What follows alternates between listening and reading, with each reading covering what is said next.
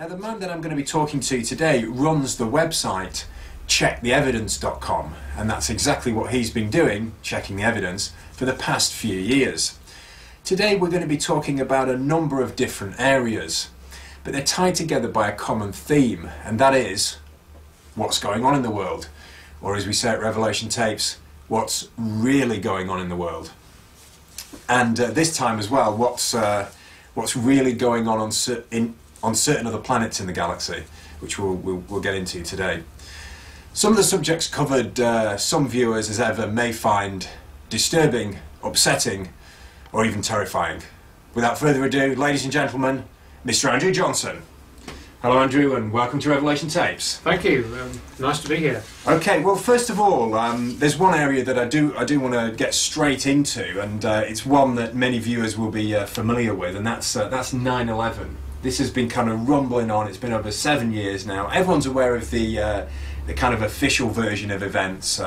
We see it on the TV enough times and in the newspapers, and hopefully most people by now have seen the the DVDs, Loose Change, Confronting the Evidence, blowing holes really in the official version, and there's so many anomalies and things that don't add up.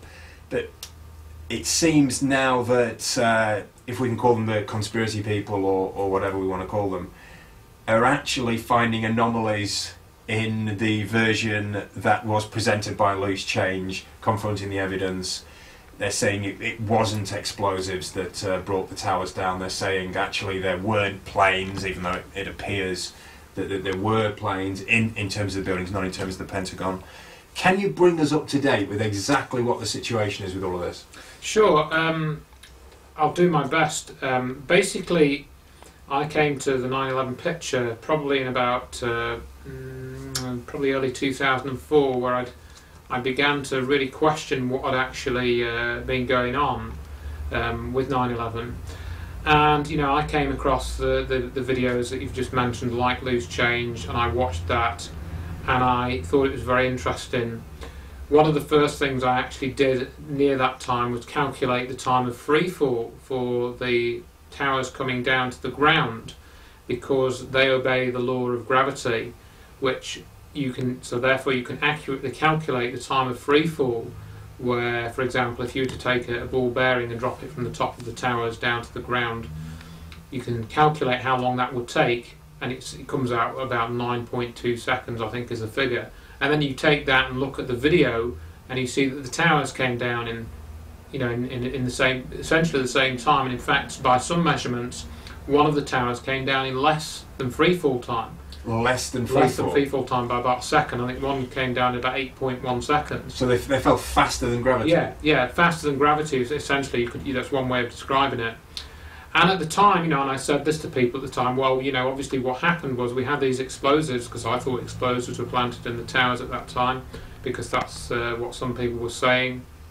And I couldn't really think of any other method whereby that level of destruction, could have been caused to the buildings without there being explosives. And therefore I said, well, if you've got an explosion going out, then that's going to sort of create a vacuum effect, where the air is being blasted out, and that's going to suck the material down and therefore reduce the freefall time. And I thought that could have been the reason. I couldn't prove it, but that seemed to me like a vaguely plausible explanation at the time.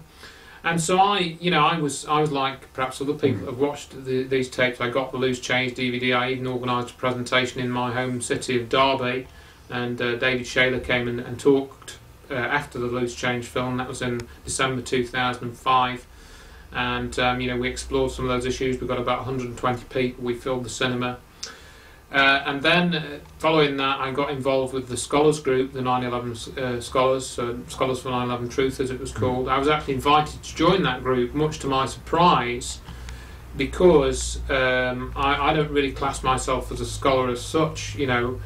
Okay, I have a technical background. I did a degree in computer science and physics, and I work part-time. I have to stress that, part-time, for the Open University, and I'm not a researcher for the Open University or anything like that. I do a bit of tutoring, which is rated at 3 hours a week. You know, so that's can't earn your living just off that. And I do some other work for the Open University student assessments. But nonetheless, you run a site that explores the evidence. Correct.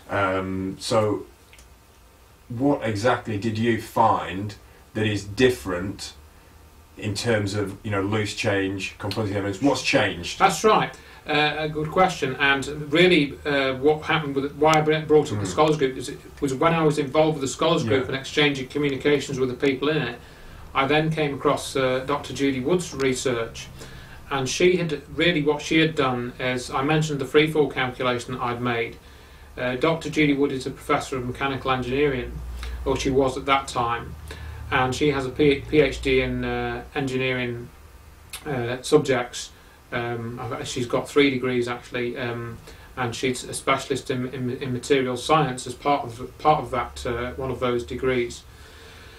And she really pointed out something very simple, which we were talking about a little bit earlier on, that the towers didn't collapse and they didn't really explode as such. They really, when you look at the videos carefully, they turned to dust. They turned to dust.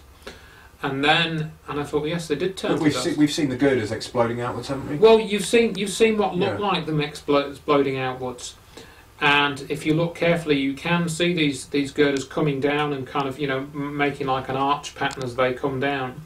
But if you look carefully at very closely at some of the video frames, you can actually see some of these pieces actually turning to dust as they are falling. And you can see trails of dust coming from behind them. There's certainly a lot of dust happening, but wouldn't that happen with explosives? Well, this is a thing, because and this is a thing that fooled me.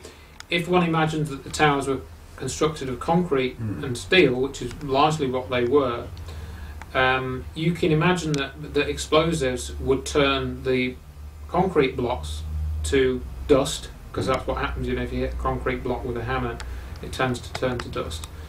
But then again, it doesn't turn to fine dust. It'll turn to small chunks. If you explode a building with a bomb, you tend to get chunks rather than a lot of dust.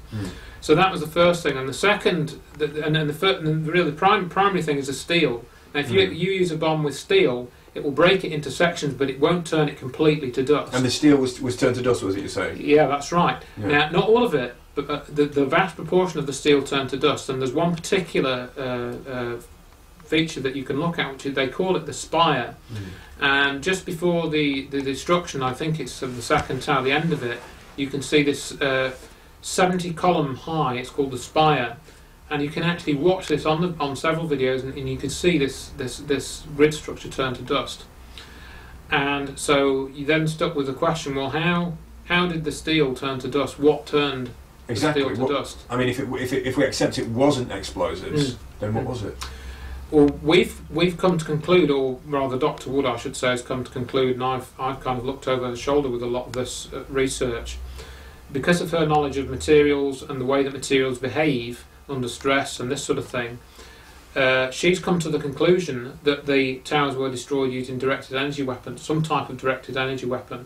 Now, there's been a lot of kind of false information and false statements spread around the internet about this, saying that space lasers destroyed the tower, ray beams from space, which was a term which was coined by Professor Stephen E. Jones, who is implicated in the cold fusion cover-up, by the way, if you go and look at what he was doing in 1989 with the work of Pons and Fleischmann. So already we've got a connection through him to the energy question. So just describe these. Everyone's familiar with explosives. They've seen buildings being destroyed by explosives on the television before. But people generally, I don't think, aren't necessarily familiar with these pulse energy weapons, whatever they are. Yeah. Well, can you just give us a bit more information about these kind of weapons? Absolutely. Now, what again? We've talked about space lasers. And you can go onto the internet and you can look at the research projects where, for example, have been some military research projects whereby one example is you have a high-powered laser on the ground and then you have a mirror in space and you reflect. You can steer the mirror remotely from control on Earth, and therefore you can fire the laser at the mirror and then point the mirror to a point on the ground and reflect it. That's one type of directed energy weapon. We have what's called the Directed Energy Professional Society, which is a body, you know, www.deps.org. They're a group of companies which are doing research into directed energy weapons. So there are different classes of these weapons. It would take a long time to go through them all. Some of them use laser technology, some of them use microwaves. I think it's fair to say, though, that the powers that be, shall we say, are a long way advanced. People say 50 years generally, but a long way advanced of what the ordinary man on the street understands. That's right. Yeah. Now, how does that tie in with, because, I mean, we did a presentation recently on chi energy, and we mentioned Nikola Tesla. How does this tie in with free energy being available to the public? How do those two tie in? Well, again, we go back to the towers turning to dust, and we have to work out what sort of mechanism can do that. And the other thing, if you think of explosives, if you think of the size, just think of the size of those buildings. They were at the time, I think, they were the fourth tallest buildings in the world. You think of the amount of explosive power. You know, you think of the Second World War, where we saw places like Dresden being, you know, completely destroyed by bombs, and the number of bombs that were dropped on that city to cause that level of destruction. And we just didn't see that level of bombing or level of explosion while the tower was coming down. A few people reported hearing explosive sounds. And then we had this dust cloud, you know, which we could talk more about, but we won't now. We'll just think of the fact that the dust cloud came out, and people were caught in that dust cloud, but they weren't burned. We had people coughing a bit. We've got one guy filming it. This is in the loose change film. He goes under a car. He films it. The cloud goes past, and he comes out. So we know that that cloud wasn't particularly hot. Some people have tried to say it was nuclear explosives, small nuclear explosives, but we didn't see any bright flashes. We know that nuclear explosions produce very bright flashes. And there's a mushroom cloud. And there's a mushroom cloud. And then they say, oh, well, it was micronukes and there's radiation. There was some radiation, but it was a very small amount. That could have been from the computers and the different technology in the buildings. That's right. The smoke detectors have radioactive sources in them, and there were probably 1,000 smoke detectors in the buildings, so that the combined effect of those could well have produced the radiation. So in other words, what I'm saying is, we're left with how to explain the amount of energy needed to turn these buildings to dust. Where did it come from? Where did that energy come from? And whether people want to say it came from explosives or micronukes or whatever, the energy to turn those buildings into dust had to come from somewhere, because we know the towers are not there anymore. So what happened to make them go away? And we've come to the conclusion that the energy probably came from either within the environment or within the material itself. And part of the reason why we've come to that conclusion is because of checking the evidence. Firstly, we have no evidence of heat. Dr. Wood's done a whole 2-hour presentation where she looks at the evidence that there was virtually no heat in the destruction of the towers. So if there was no heat, we're looking at something, because but the towers were the piles were hot though, weren't they? Days afterwards. No, they weren't. That was a false story. I mean, you look at Rudy Giuliani, and he said the towers had fires under them for 99 days, and this is from Rudy Giuliani.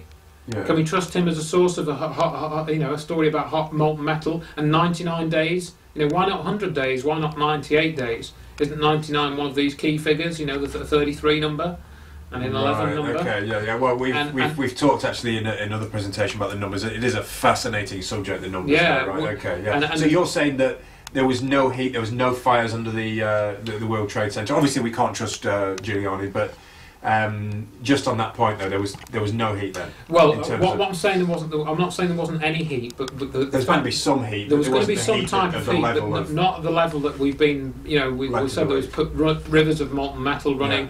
You know, and I mean, I make this point.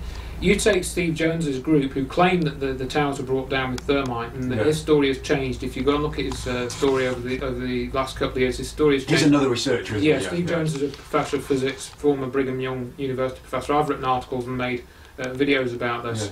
But you take his evidence, and he actually submitted a document, or his group, via Architects and Engineers for 9/11 Truth. They submitted a document to NIST. NIST is the National Institute of Standards and Technology. They were responsible for producing a number of reports about the destruction of the World Trade Center, 10,000 pages. And you can challenge those reports legally with something called a request for correction. Steve Jones's group did that, but in their document, which I think was about 30 pages long, they didn't mention molten metal and they didn't mention thermite. Whereas when Dr. Wood put her request for correction into NIST, Yeah. it was all about directed energy weapons and the evidence. So in other words, if one scientist thinks that it was thermite that did it, then why didn't he mention it in his legal challenge? Right. Okay. Well, I mean, we're trying to find out exactly what. Talk about the Hutchinson effect. Yeah, that's what. Yeah, that's what you're basically saying happened. Yeah? Yeah. Can you just explain that for people that aren't familiar with the concept? Absolutely. Now, the thing with John Hutchison is he's a Canadian experimenter. He's been performing experiments.